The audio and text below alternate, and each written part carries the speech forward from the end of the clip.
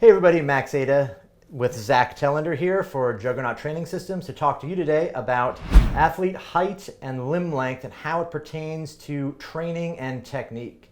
So we want to talk about two different things here. There's athlete height and then there's athlete limb length. And we're talking about like body proportions here where, what is the length of your legs relative to your torso versus how tall are you absolutely. My counterpart here is 17 feet tall, but he's got long legs and long arms and a very, very short torso. So those two things are independent of each other, but we want to remember that they each play a role or each have implications in the training and the technique of weightlifters. So I think we want to start by talking about limb length versus height. Right? Height, we know that's obvious, absolute. How tall are you? From the ground to the top of your head. We can figure that out really easily. Limb length is a little bit different. We want to look at the ratios between your limbs and your torso. Do you have long arms relative to your torso? It's a little bit hard to just, without any experience, to just look at somebody and know right off the bat until you develop an eye for it. But ideally what we're looking at is what is the length of your femur relative to your torso? Is your femur much shorter than your torso or is it much longer than your torso? What is the relative length of your arm versus your torso? Is your arm significantly longer than your torso? Do your fingers touch your kneecaps when you're standing up? Or when you sit down, do you not actually get any shorter? So we want to look at those ratios, the perspective of which one is long relative to the other. As far as how those things manifest themselves in technique, we want to look at what are the advantages of long limbs short limbs and how they play out into things like your start position and pulling, etc. So Zack, being a man who has extraordinarily long legs and excessively, who's offensively tall, how do those things play out for you? I mean, advantages for someone like me is definitely anything pulling. Disadvantages would be anything squatting. And I think that's across the board with taller lifters with long limbs. So for me, when I start in both the snatch and the clean, typically I'm going to have a higher hip position, but I don't want to feed into that too much. So something that I actually focus on is having a lower hip position. And when I have a lower hip position, the problem then would be my shoulders get behind the bar. Right. If I think about keeping my shoulders in front of the bar, my hips can come up and then it becomes hard for me to extend. So overall, when I think about pulling, whether it's the snatch or the clean, I try to have my hips in a relatively low position. It feels low for me. And then I try to keep my shoulders over at the same time. In order to do both of those things for someone like me, I have to maintain like a slower tempo off the floor, more control, so that the change of speed is more apparent.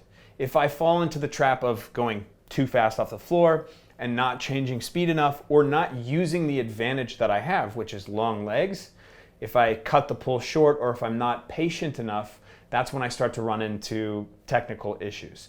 So as far as pulling and your start position changes based on your height and your limb length, we know the advantages of a longer limb person, a taller person, is that pulling is going to be easier. So you're going to generate higher bar velocities.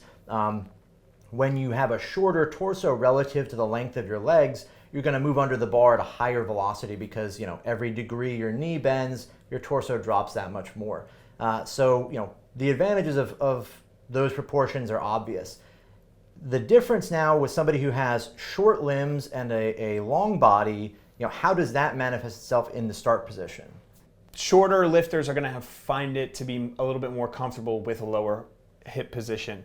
They're also, the tempo might be a little bit faster for them. The way that the lift develops is going to look drastically different from one to the next. Whereas mine, I have to control off the floor, and the speed change and the tempo change is much more apparent. Someone like Janyce, it's going to happen faster.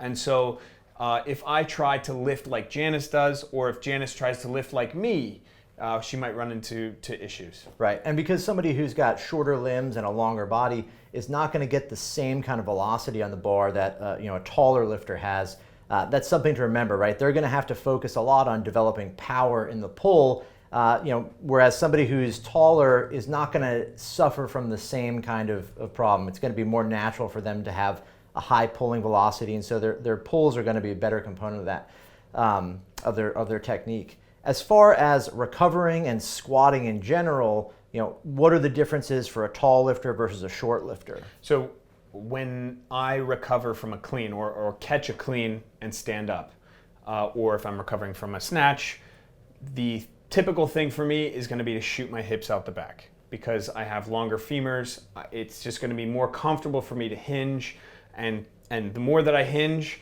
the bigger that moment arm is and the more trouble I'm in. So for me, what I try to focus on is one cue is like just keeping my knees forward as I stand. And really trying to develop it, making sure, and we're going to go over programming, making sure the program or the load is low enough to where I can use my quads in the squat, in literally the recovery of the snatch and the clean, because I'm always going to be shifting my hips out the back. Someone who's shorter, their recovery from the clean and the snatch is almost going to be something that they're not really thinking too much about. It's just going to be something easier for them because they're able to use their quads a lot easier. Right. And it's kind of an obvious thing when we look at it. Somebody who's got a short lever arm, like a short back or a short femur, that's going to be more advantageous to them, right? So they can generate more force from that fulcrum, right? From the hip if you've got a short torso, and from the knee if you got a short femur. So, someone like Zack standing up, he's going to shift his weight backwards to try and put more of that pressure of that barbell onto the area that's strong enough to support it, which is his back. And in Janyce's case, right, she's going to try and keep herself upright or try to prevent herself from falling over, because as soon as she tips over, that long moment arm of her spine is going to be really difficult to manage that load. So it's obvious we see that in those things. I think also it's important to point out that limb length and height in these things don't change the fundamentals of technique, right? We still want to do the basic things the same as everybody else, right? Whether it's Zack or Janyce, they still snatch the same way. It's just how that style manifests itself. Higher hips in Zack's case, more velocity in the pull, a little bit more difficult to recover from, cooler faces when he's squatting. In Janyce's case, the start position is going to be lower. She's going to try to generate more power at the top. She has to emphasize the speed of movement under the bar as well, or that's a little more critical for her. So we understand there's same technique mechanics, but a little bit different style in how they manifest themselves. As far as programming considerations, we want to look at those same two things, right? Height and limb length. And what we want to think about is that they're basically the same thing, right? The taller you are, or the longer your limbs are, or the shorter you are and the shorter your limbs are, the more or less difficult the exercises are going to be. If you're tall and you have long limbs, every rep you do is going to be generating more fatigue because it has a longer range of motion. If you're short and have short limbs, those same reps of the same exercise are going to be less fatiguing because you're doing less work. Not because you're lazy, you're just doing less work.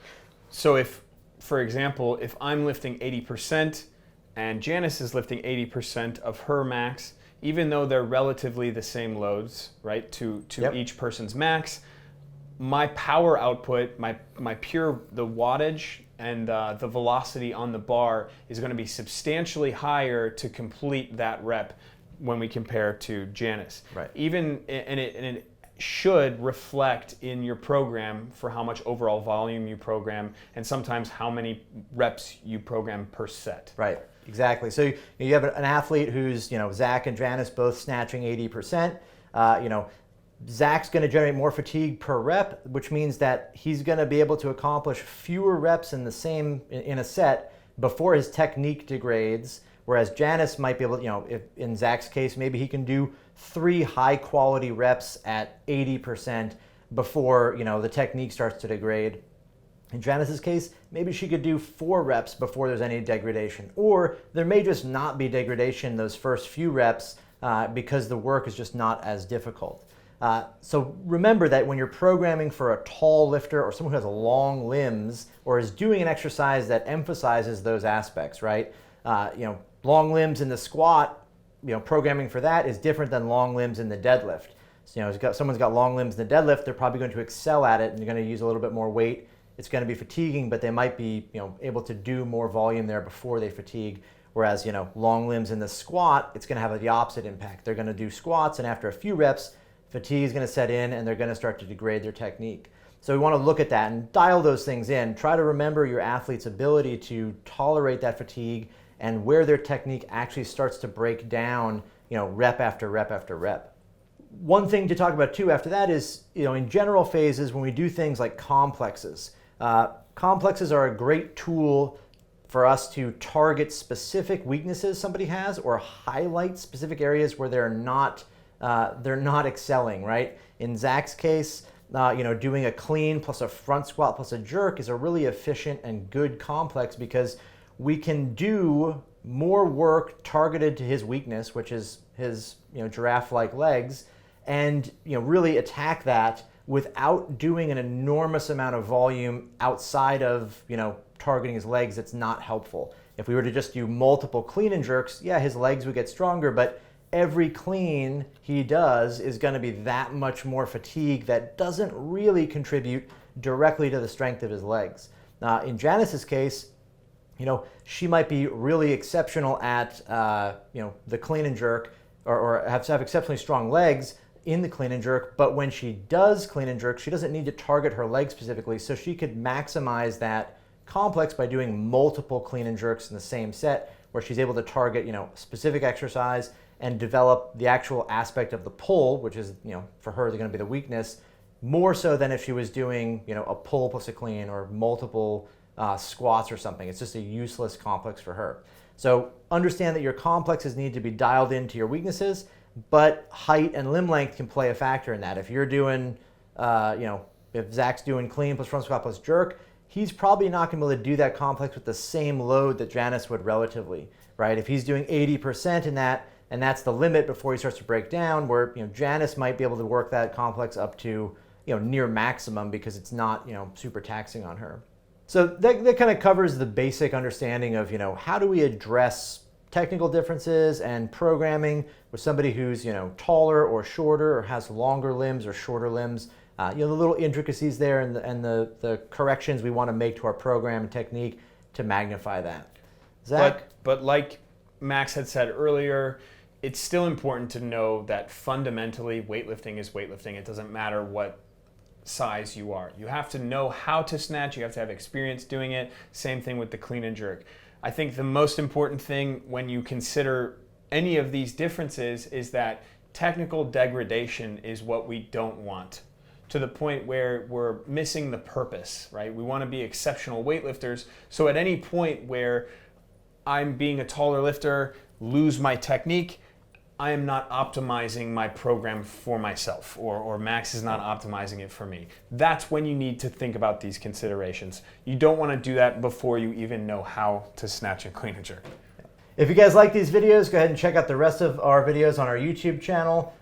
If you want to learn a little bit more about individual differences or any of the scientific principles, check out our series on that. And thank you for watching.